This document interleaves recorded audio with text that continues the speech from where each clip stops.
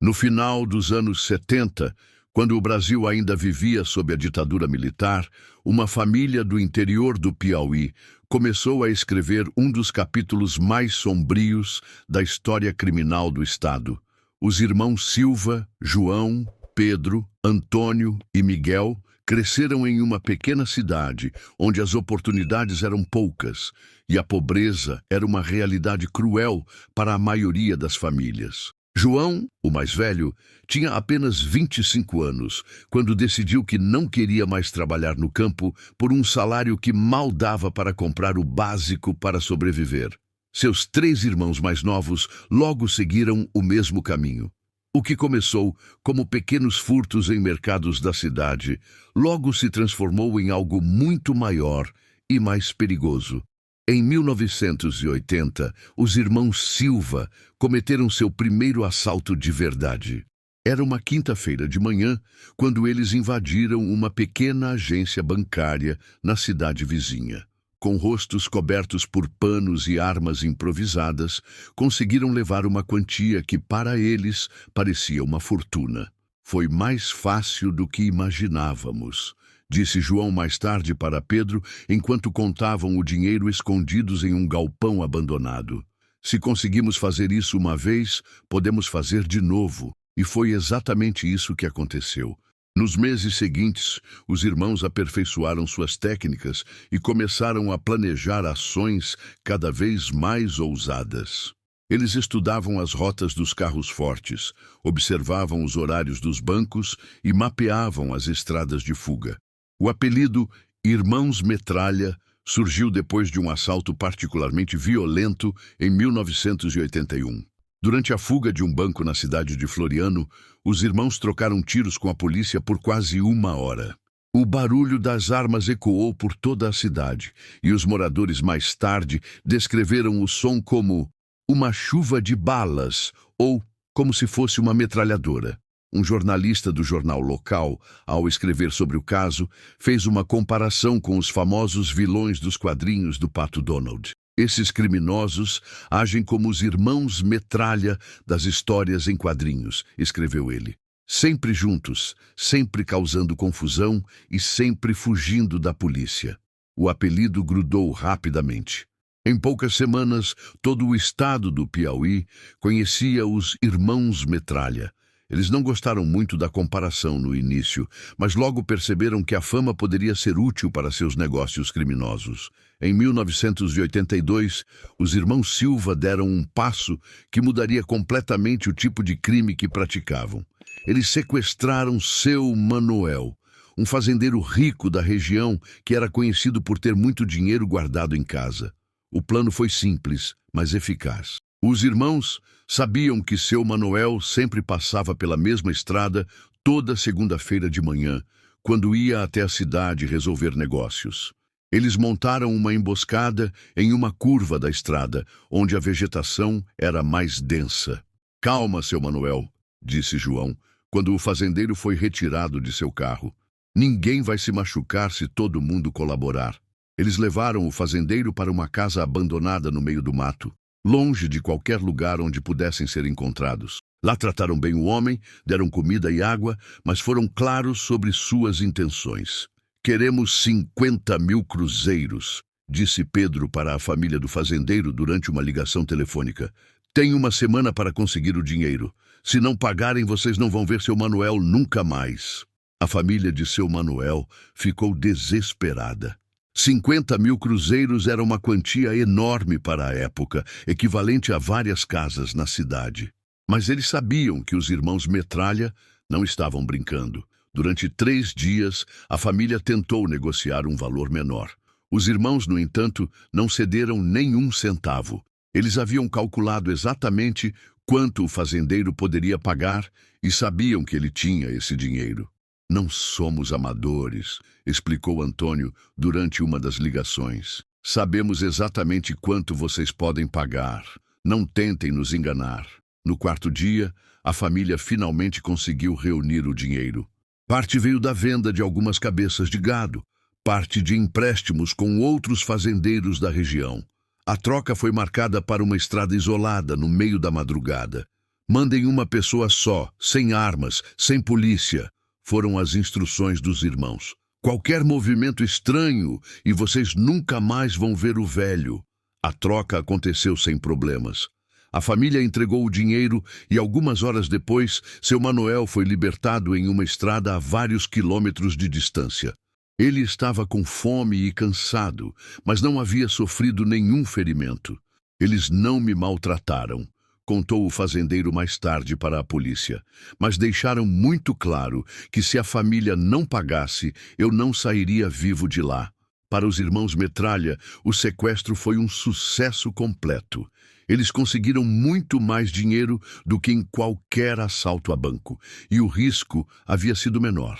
Não houve perseguição policial, não houve troca de tiros. Foi um negócio limpo e lucrativo. Descobrimos nossa verdadeira vocação, disse Miguel para os irmãos, enquanto dividiam o dinheiro.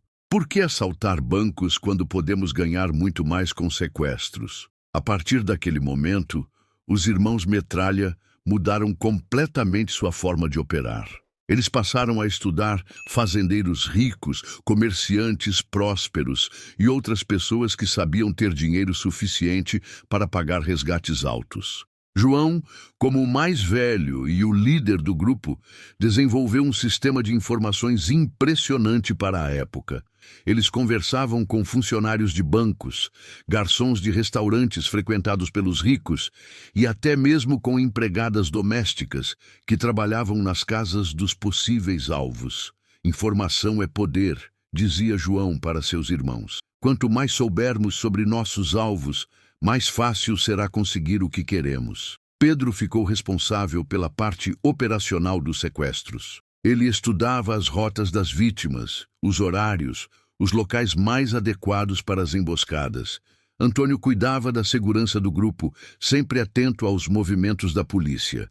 Miguel, o mais novo, ficava responsável pela comunicação com as famílias das vítimas. Em setembro de 1982, os irmãos colocaram seu novo plano em ação. Desta vez, o alvo foi Dona Maria, uma comerciante que tinha várias lojas na capital do estado. Eles sabiam que ela viajava toda terça-feira para uma cidade do interior, onde tinha uma filial de sua loja. A emboscada foi perfeita. Os irmãos montaram um falso posto de fiscalização na estrada, completo com cones e placas. Quando o carro de Dona Maria parou, eles rapidamente a dominaram e a levaram para seu esconderijo. Dessa vez vamos pedir 100.000 cruzeiros, decidiu João. Ela tem muito mais dinheiro que o fazendeiro. A negociação com a família de Dona Maria foi mais difícil. Eles tentaram convencer os irmãos de que não tinham tanto dinheiro assim, mas os criminosos sabiam exatamente qual era a situação financeira da comerciante. Sabemos que vocês têm o dinheiro, disse Miguel durante uma ligação. Não percam tempo tentando nos enganar.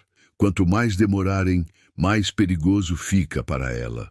O segundo sequestro chamou a atenção das autoridades de uma forma que o primeiro não havia conseguido. A Polícia Civil criou uma força-tarefa especial para capturar os irmãos Metralha, e a Polícia Militar intensificou as rondas nas estradas do interior. O delegado responsável pelo caso, Dr. Sebastião, era um homem experiente que havia lidado com vários casos de sequestro em outros estados. Ele sabia que os criminosos estavam se tornando mais ousados e que era apenas uma questão de tempo até que alguém se machucasse. Esses bandidos estão ficando muito confiantes, disse ele em uma entrevista para o jornal local. Mas todo criminoso comete erros, e quando eles cometerem o deles, estaremos prontos. A polícia começou a mapear todos os sequestros conhecidos, procurando padrões que pudessem ajudar a identificar os criminosos. Eles também ofereceram recompensas por informações que levassem à captura dos irmãos. Mesmo com a pressão policial aumentando, os irmãos Metralha decidiram fazer um terceiro sequestro. Desta vez, o alvo foi ainda mais ambicioso. Dr. Carlos, um médico que tinha clínicas em várias cidades do estado e era conhecido por ser muito rico. Se conseguirmos este, podemos parar por um tempo, disse João aos irmãos. Vamos pedir 200 mil cruzeiros. Com esse dinheiro, podemos sumir por uns meses, até a polícia esquecer da gente. O sequestro de Dr. Carlos foi o mais elaborado até então. Os irmãos passaram semanas estudando sua rotina, descobrindo quando ele viajava sozinho e qual era a melhor estrada para fazer a emboscada. A operação aconteceu em uma sexta-feira de tarde. Dr. Carlos estava voltando de uma consulta em uma cidade vizinha quando foi surpreendido pelos criminosos. Diferente dos outros casos, desta vez ele tentou reagir. "Calma, doutor", disse Pedro mostrando sua arma. "Ninguém precisa se machucar. Vamos apenas dar um passeio." Mas Dr. Carlos não se acalmou. Ele tentou fugir do carro e chegou a gritar por ajuda. Os irmãos tiveram que usar mais força para dominá-lo e ele acabou se ferindo durante a luta. "Agora complicou", murmurou Antônio. "Ele está machucado. Isso vai chamar mais atenção da polícia." O ferimento de Dr. Carlos durante o sequestro mudou completamente a situação. Até então, os irmãos Metralha eram vistos como criminosos, mas não como pessoas violentas. Agora, com uma vítima ferida, a polícia e a imprensa começaram a tratá-los como perigosos. "Esses bandidos estão ficando mais violentos", escreveu o jornal local. "É hora de a polícia agir com mais firmeza." A família de Dr. Carlos ficou ainda mais desesperada ao saber que ele estava ferido. Eles concordaram em pagar os 200 mil cruzeiros sem tentar negociar, desde que pudessem falar com ele para ter certeza de que estava vivo. "Seu doutor está bem", disse Miguel durante a ligação. "Ele se machucou tentando fugir, mas não é nada grave. Tragam o dinheiro e ele volta para casa." Os irmãos sabiam que tinham que agir rápido. Com Dr. Carlos ferido, cada hora que passava, aumentava o risco de algo dar errado. Eles marcaram a troca para o dia seguinte, em um local ainda mais isolado que das outras vezes. Foi durante a preparação para a troca do terceiro sequestro que os irmãos Metralha cometeram seu primeiro erro grave. Miguel, nervoso com a situação de Dr. Carlos, ligou para a família da vítima de um telefone público que ficava perto de onde eles estavam escondidos. O que ele não sabia é que a polícia já havia conseguido rastrear as ligações anteriores e tinha identificado a região onde os criminosos provavelmente estavam. Quando Miguel fez aquela ligação, ele confirmou a suspeita dos policiais. "Temos eles", disse o delegado Sebastião para sua equipe. "Eles estão naquela região. Vamos cercar toda a área." Em poucas horas, mais de 50 policiais estavam se posicionando em um raio de vários quilômetros ao redor do local da ligação. Eles não sabiam exatamente onde os criminosos estavam, mas sabiam que eles estavam por perto. Os irmãos, no entanto, ainda não tinham percebido que haviam sido descobertos. Eles continuaram com seus planos para a troca, marcada para acontecer na madrugada seguinte. Na madrugada de sábado, enquanto os irmãos Metralha se preparavam para a troca do resgate de Dr. Carlos, dezenas de policiais já estavam posicionados em pontos estratégicos da região. O delegado Sebastião havia montado uma operação silenciosa, com equipes se comunicando apenas por rádio e mantendo distância para não alertar os criminosos. "Ninguém se move sem minha ordem", disse o delegado para sua equipe. "Queremos pegar todos eles vivos, se possível." Os irmãos, ainda sem saber do perigo que corriam, saíram de seu esconderijo às 4 da manhã. Eles deixaram Dr. Carlos amarrado em uma cadeira, com água e comida ao seu alcance, prometendo voltar em poucas horas para libertá-lo. "Se tudo der certo, doutor, o senhor estará em casa antes do almoço", disse João antes de sair. O local escolhido para a troca era uma antiga ponte sobre um riacho, em uma estrada de terra que quase ninguém usava. Os irmãos chegaram primeiro e se posicionaram de forma a ter uma boa visão de quem se aproximasse. "Alguma coisa está estranha", disse Pedro, olhando ao redor. "Está muito silencioso. Nem os grilos estão cantando." Antônio também estava desconfiado. "Talvez seja melhor mudar de lugar", sugeriu ele. "Não gosto desse silêncio." Mas João, ansioso para terminar logo aquela situação, decidiu continuar com o plano. Já marcamos aqui. Se mudarmos agora, a família vai desconfiar. Vamos ficar. Às 5:30 da manhã, um carro se aproximou da ponte. Era o filho de Dr. Carlos, trazendo a mala com os 200 mil cruzeiros. Ele estava visivelmente nervoso, olhando para todos os lados. Vieram sozinho, como combinado, disse Miguel. Vamos lá. O que os irmãos não sabiam é que a polícia havia conversado com a família de Dr. Carlos e planejado tudo nos mínimos detalhes. O filho do médico estava usando um colete à prova de balas por baixo da camisa e havia policiais escondidos em vários pontos ao redor da ponte. Cadê meu pai? Perguntou o rapaz quando João se aproximou. Está bem e vai continuar assim se vocês colaborarem, respondeu João pegando a mala. Vou contar o dinheiro. Se estiver tudo certo, seu pai será libertado em 1 hora. Foi nesse momento que o delegado Sebastião deu o sinal. Polícia, vocês estão cercados. Larguem as armas. A reação dos irmãos foi imediata. Pedro e Antônio correram para se abrigar atrás de algumas árvores, enquanto João tentou usar o filho de Dr. Carlos como escudo. Miguel, o mais novo, ficou paralisado por alguns segundos antes de também correr. Não atirem, gritou João. Tenho um refém. O que se seguiu foi uma perseguição que durou quase 3 horas. Os irmãos conheciam bem a região e conseguiram escapar do cerco inicial.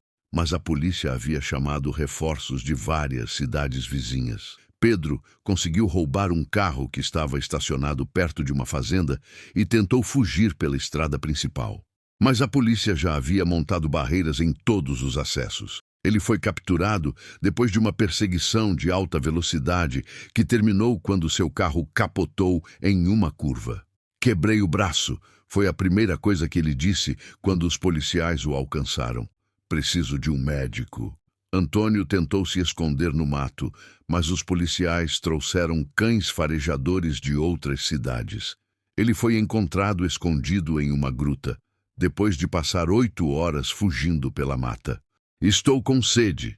Foi sua única reclamação quando foi capturado. Miguel, o mais novo dos irmãos, foi o mais difícil de capturar. Ele conseguiu se esconder em uma casa abandonada e ficou lá por 2 dias, sobrevivendo com água da chuva e algumas frutas que encontrou. A polícia sabia que ele estava na região, mas não conseguia localizá-lo. Foi quando decidiram usar uma estratégia diferente. Trouxeram a mãe dos rapazes para tentar convencê-lo a se entregar. Miguel, meu filho, disse Dona Rosa, falando em um alto-falante, você não pode ficar fugindo para sempre. Se entregue e ninguém vai te maltratar. A estratégia funcionou. Miguel saiu da casa abandonada com as mãos levantadas, chorando.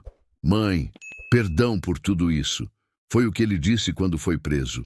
João, o líder do grupo, teve o final mais dramático.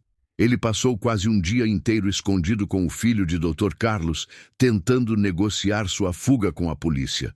Quero um carro e uma estrada livre até a divisa do estado, exigia ele durante as negociações. Se não conseguir isso, o rapaz vai pagar. O delegado Sebastião tentou convencê-lo a se entregar, prometendo que ele seria tratado com dignidade. João, você já está cercado, não tem para onde fugir, solte o rapaz e se entregue. Mas João estava desesperado. Ele sabia que seria preso e condenado por vários crimes. Durante horas, ele alternava entre momentos de raiva e desespero. Eu só queria uma vida melhor, disse ele em um momento mais calmo. Não queria machucar ninguém. O fim da saga aconteceu quando João percebeu que sua situação era impossível. Ele estava sem comida, sem água e completamente cercado. O filho de Dr. Carlos, que havia se mantido calmo durante todo o sequestro, conseguiu convencê-lo a se entregar. Você não é um assassino, disse o jovem. Todos os seus irmãos se entregaram e estão bem. Você também pode fazer isso. João olhou ao redor, viu os policiais posicionados em todos os lugares possíveis e, finalmente, baixou sua arma. Está bem, disse ele. Eu me rendo. O delegado Sebastião pessoalmente foi buscar João. Você fez a escolha certa, disse ele. Agora vamos encontrar Dr. Carlos e resolver tudo isso. Com João preso, a polícia conseguiu a localização exata onde Dr. Carlos estava sendo mantido. Eles encontraram o médico em uma casa abandonada, amarrado em uma cadeira, mas em boas condições de saúde. Pensei que nunca mais ia ver minha família, disse Dr. Carlos quando foi libertado. Eles me trataram bem, considerando as circunstâncias, mas foi muito assustador. O médico foi levado para o hospital para exames, mas não tinha ferimentos graves. Seu filho, que havia sido mantido refém por João, também estava bem, apenas um pouco abalado emocionalmente. Foi uma experiência terrível, disse o rapaz. Mas João não me maltratou. Acho que ele estava mais assustado que eu. O julgamento dos irmãos Metralha foi um dos mais comentados da história do Piauí.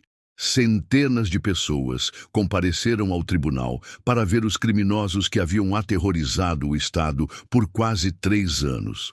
O promotor público pediu penas severas para todos os irmãos, argumentando que eles haviam causado muito sofrimento às suas vítimas e às famílias.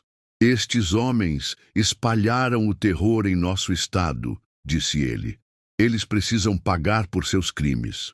A defesa, no entanto, argumentou que os irmãos vinham de uma família pobre e que nunca haviam ferido gravemente nenhuma de suas vítimas. Eles são criminosos, mas não são monstros, disse o advogado. Merecem uma chance de se redimir. As vítimas também foram ouvidas durante o julgamento. Seu Manuel, o primeiro fazendeiro sequestrado, disse que guardava rancor dos criminosos, mas que entendia que eles vinham de uma situação difícil. Eles me trataram com respeito, disse ele. Não aprovam o que fizeram, mas sei que não são pessoas más no coração. Depois de uma semana de julgamento, o juiz anunciou as sentenças. João, como líder do grupo, foi condenado a 15 anos de prisão. Pedro e Antônio receberam 12 anos cada um. Miguel, por ser o mais novo e ter participado menos dos crimes, foi condenado a 8 anos. Vocês cometeram crimes graves, disse o juiz, mas considerando que nunca mataram ninguém e que colaboraram com a justiça, as penas poderiam ser maiores. As famílias das vítimas ficaram satisfeitas com as sentenças. Justiça foi feita, disse a filha de Dona Maria, a comerciante que havia sido sequestrada. Agora podemos ter paz. Na prisão, os irmãos Metralha se comportaram de forma exemplar. João se tornou líder de um grupo de presos que ajudava na manutenção da penitenciária. Pedro aprendeu a ler e escrever, coisa que nunca havia feito antes. Antônio se dedicou a atividades religiosas. Miguel, o mais novo, terminou os estudos e até começou um curso técnico. A prisão foi a melhor coisa que aconteceu comigo, disse João em uma entrevista anos depois. Aprendi que existem outras maneiras de viver a vida. Os irmãos raramente falavam sobre seus crimes, mas quando faziam, sempre demonstravam arrependimento. Se pudesse voltar no tempo, faria tudo diferente, disse Pedro. Causamos muito sofrimento para famílias inocentes. João foi o primeiro a ser libertado, em 1995, depois de cumprir 10 anos da sua sentença. Ele se mudou para outro estado e conseguiu trabalho em uma fazenda, usando a experiência que tinha do tempo de criança. Pedro saiu da prisão em 1997 e abriu uma pequena oficina mecânica na cidade onde nasceu. Antônio foi libertado no mesmo ano e se tornou ajudante em uma igreja local. Miguel, o mais novo, saiu em 1998 e conseguiu terminar o ensino médio. Todos nós conseguimos refazer nossas vidas, disse João em uma entrevista em 2000, mas nunca esquecemos do mal que causamos. A história dos irmãos Metralha do Piauí se tornou um marco na história criminal do Estado. Eles foram os primeiros a usar sequestros como forma sistemática de ganhar dinheiro, e seus métodos foram copiados por outros criminosos anos depois. Eles mudaram a forma como a polícia do Piauí lidava com o crime organizado, disse o delegado Sebastião, já aposentado. Depois deles, tivemos que criar novos métodos de investigação. As vítimas dos irmãos também nunca esqueceram dessa experiência. Seu Manuel, o primeiro fazendeiro sequestrado, mudou completamente sua rotina depois do sequestro. Nunca mais viajo sozinho, disse ele. Aqueles dias de cativeiro me marcaram para sempre. Dr. Carlos também mudou seus hábitos. Ele contratou seguranças e passou a variar seus horários e rotas. Não vivo com medo, disse ele, mas aprendi a ser mais cuidadoso. Hoje, mais de 40 anos depois, os irmãos Metralha vivem vidas simples e anônimas.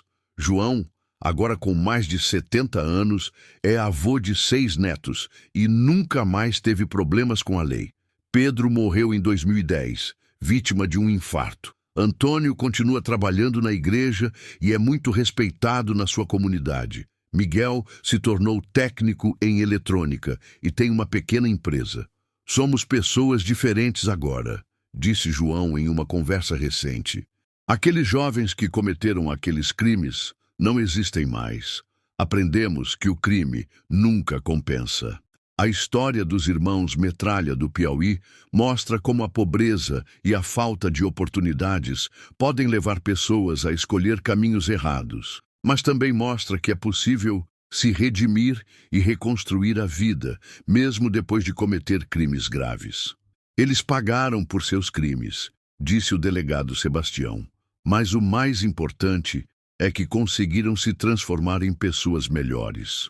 As famílias das vítimas, com o tempo, também conseguiram perdoar. Não esquecemos o que aconteceu, disse a filha de Dona Maria, mas entendemos que eles também eram vítimas da situação em que viviam. A história dos irmãos Metralha do Piauí, embora apresente elementos que possam despertar certa compreensão sobre suas origens humildes, não pode ser interpretada como uma justificativa para os crimes cometidos. É fundamental estabelecer que a pobreza, por mais cruel que seja, jamais pode ser aceita como desculpa para atos criminosos que causaram terror e sofrimento a famílias inteiras. Milhares de brasileiros viveram e ainda vivem em condições de extrema pobreza no interior do país, enfrentando as mesmas dificuldades que os irmãos Silva enfrentaram. A imensa maioria dessas pessoas, no entanto, escolheu caminhos dignos, mesmo que mais difíceis, para construir suas vidas. Trabalharam na agricultura, migraram para centros urbanos em busca de oportunidades, ou encontraram outras formas legítimas de sobrevivência. A pobreza não transforma automaticamente uma pessoa em criminosa. Essa é uma escolha consciente e individual. Os irmãos Silva não foram arrastados para o crime por circunstâncias incontroláveis. Eles fizeram escolhas deliberadas e calculadas em cada etapa de sua trajetória criminal. O primeiro furto foi uma decisão consciente. O primeiro assalto foi planejado. O primeiro sequestro foi cuidadosamente arquitetado. Cada crime subsequente representou uma nova decisão de continuar no caminho da criminalidade. A sofisticação crescente de seus métodos demonstra que eles não eram pessoas desesperadas agindo por impulso, mas criminosos organizados que desenvolveram um verdadeiro negócio baseado no terror. Eles estudavam suas vítimas, planejavam rotas de fuga, estabeleceram sistemas de comunicação e criaram uma rede de informações. Isso não é comportamento de quem foi forçado ao crime pelas circunstâncias. É comportamento de quem escolheu o crime como profissão. Enquanto os irmãos Silva conseguiram reconstruir suas vidas após cumprir suas penas, suas vítimas carregaram para sempre as marcas do trauma que sofreram. Seu Manuel nunca mais conseguiu viajar sozinho. Doutor Carlos teve que contratar segurança e viver com medo constante. Dona Maria e sua família passaram dias de angústia sem saber se ela voltaria viva para casa. O sofrimento psicológico causado às vítimas e suas famílias é incalculável. Noites sem dormir, pesadelos, paranoia, mudanças completas de rotina, tudo isso são consequências permanentes dos crimes cometidos pelos irmãos. Algumas dessas pessoas nunca mais conseguiram viver normalmente. sempre olhando por cima do ombro, sempre temendo que algo semelhante pudesse acontecer novamente. É importante lembrar que essas vítimas também tinham famílias, também tinham sonhos e planos que foram interrompidos ou modificados para sempre por causa dos crimes. Filhos que perderam o sono pensando que seus pais poderiam não voltar para casa. Esposas que passaram dias sem saber se seus maridos estavam vivos. Esse é o verdadeiro custo humano da criminalidade. Existe uma tendência perigosa em nossa sociedade de tentar explicar e, consequentemente, justificar crimes através de análises sociológicas. Embora seja importante entender as condições que podem favorecer a criminalidade, isso não pode resultar em relativização da responsabilidade individual dos criminosos. Aceitar a pobreza como justificativa para o crime é, em última análise, uma forma de preconceito contra os pobres. É assumir que pessoas em situação de vulnerabilidade social não têm capacidade de discernimento moral, não podem fazer escolhas éticas e são naturalmente propensas ao crime. Isso é profundamente injusto com a imensa maioria das pessoas pobres, que mantém sua dignidade e honestidade mesmo nas piores condições. Os irmãos Silva sabiam perfeitamente que estavam cometendo crimes. Eles sabiam que estavam causando sofrimento a pessoas inocentes. Eles sabiam que estavam aterrorizando famílias inteiras. Mesmo assim, escolheram continuar porque os benefícios financeiros imediatos eram mais importantes para eles do que os princípios morais básicos. Quando começamos a tratar criminosos como vítimas das circunstâncias, corremos o risco de relativizar a própria noção de justiça. Se a pobreza justifica o crime, então estamos dizendo que algumas pessoas têm mais direitos que outras. Estamos dizendo que quem nasceu em condições melhores deve aceitar ser vítima de quem nasceu em condições piores. Isso é uma inversão completa dos valores de uma sociedade justa. Em uma sociedade verdadeiramente justa, todos têm os mesmos direitos e as mesmas responsabilidades, independentemente de sua origem social. O direito à propriedade, à segurança e à dignidade não pode ser suspenso porque o agressor tem uma história de vida difícil. As vítimas dos irmãos Silva também tinham suas próprias histórias de vida. Muitos deles construíram suas riquezas através de trabalho honesto e dedicação. Seu Manuel trabalhou décadas como fazendeiro para construir seu patrimônio. Dr. Carlos estudou anos para se tornar médico e servir sua comunidade. Dona Maria começou com uma pequena loja e construiu seu negócio através de esforço e perseverança. A verdadeira justiça não está em encontrar justificativas para o crime, mas em responsabilizar adequadamente os criminosos por suas ações. Os irmãos Silva cometeram crimes graves que causaram sofrimento real a pessoas reais. Eles merecem ser responsabilizados por isso, não desculpados. O fato de terem conseguido se reabilitar na prisão e reconstruir suas vidas após a libertação é positivo e deve ser reconhecido. Mas isso não apaga os crimes que cometeram, nem diminui sua responsabilidade pelo sofrimento que causaram. A reabilitação é importante para evitar reincidência, mas não pode ser confundida com perdão automático ou relativização da culpa. É fundamental que a sociedade mantenha uma posição clara. Crimes devem ser punidos, independentemente das circunstâncias pessoais do criminoso. Isso não significa ser cruel ou vingativo, mas sim manter os princípios básicos que tornam possível a vida em sociedade. A punição adequada dos irmãos Silva serviu como exemplo para outros potenciais criminosos. Quando a sociedade demonstra que crimes serão punidos rigorosamente, isso ajuda a dissuadir outras pessoas de seguirem o mesmo caminho. A impunidade, por outro lado, encoraja a criminalidade. É importante que as pessoas entendam que não importa quão difícil seja a sua situação, o crime não é uma opção aceitável. Existem programas sociais, instituições de caridade, oportunidades de trabalho e educação que podem ajudar pessoas em situação de vulnerabilidade. O crime deve ser sempre o último recurso que ninguém deve considerar. A melhor forma de prevenir crimes, como os cometidos pelos irmãos Silva, não é relativizar a responsabilidade dos criminosos, mas sim fortalecer as instituições que oferecem alternativas legítimas para pessoas em situação difícil, investir em educação, criar oportunidades de trabalho, fortalecer programas sociais. Essas são as verdadeiras soluções para a criminalidade. Ao mesmo tempo, é crucial manter um sistema de justiça que funcione efetivamente, que investigue crimes adequadamente e que aplique punições justas, mas firmes. A certeza da punição é um dos maiores fatores de dissuasão do crime. No final das contas, a história dos irmãos Metralha do Piauí é uma história sobre escolhas individuais. Eles tiveram a oportunidade de escolher caminhos diferentes em vários momentos de suas vidas.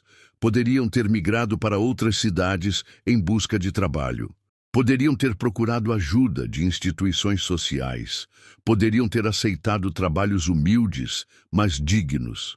Em vez disso, escolheram o caminho mais fácil e mais lucrativo: aterrorizar pessoas inocentes para obter dinheiro rápido. Essa escolha foi deles. E somente deles. Eles são totalmente responsáveis pelas consequências de suas ações. A sociedade deve aprender com essa história, não para desculpar criminosos, mas para entender a importância de manter instituições fortes, tanto para prevenir o crime quanto para puni-lo adequadamente. Devemos ter compaixão pelas vítimas, não pelos criminosos. Devemos buscar justiça, não justificativas. Os irmãos Silva pagaram por seus crimes e conseguiram se reabilitar. Isso é positivo. Mas nunca devemos esquecer que eles foram criminosos por escolha própria e que suas vítimas carregaram as consequências dessa escolha para o resto de suas vidas. Essa é a verdadeira lição que devemos tirar dessa história. E por aqui, ficamos com mais uma história que marcou o Nordeste. Espero que todos tenham gostado. Confira se já está inscrito no canal, compartilhe para seus familiares. Um forte abraço e até a próxima.